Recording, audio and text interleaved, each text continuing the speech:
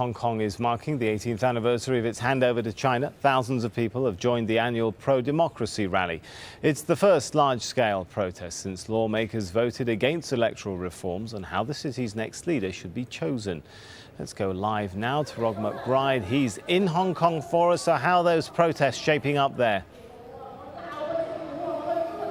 Well, there is a certain disappointment about the numbers who have turned out this year. We are at the finish of this protest rally, the government headquarters.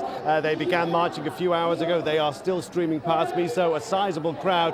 But it has to be said, nothing as compared to the crowds of last year. The organisers say last year, over 500,000 people took part. But then the organisers would also tell you that this year, the numbers might be in the tens of thousands. But the reason why so many people came out last year was, of course, these political reforms being proposed by Beijing, which pro-democracy campaigners here said was nothing like democracy. It was a fake democracy. That package of reforms has now gone away again. This city has rejected them, and so there is this deadlock here, and many people would question what is the reason to come out onto the streets. I think it is also combined with a kind of protest fatigue. I mean, this has been a tumultuous year of protests, occupations on the streets. There is, I think, a sense of disillusionment amongst many about just what these protests do achieve. There is disillusionment, but also, despite lower numbers, a residual anger here about this very divisive issue. And we've seen some of that along the route here.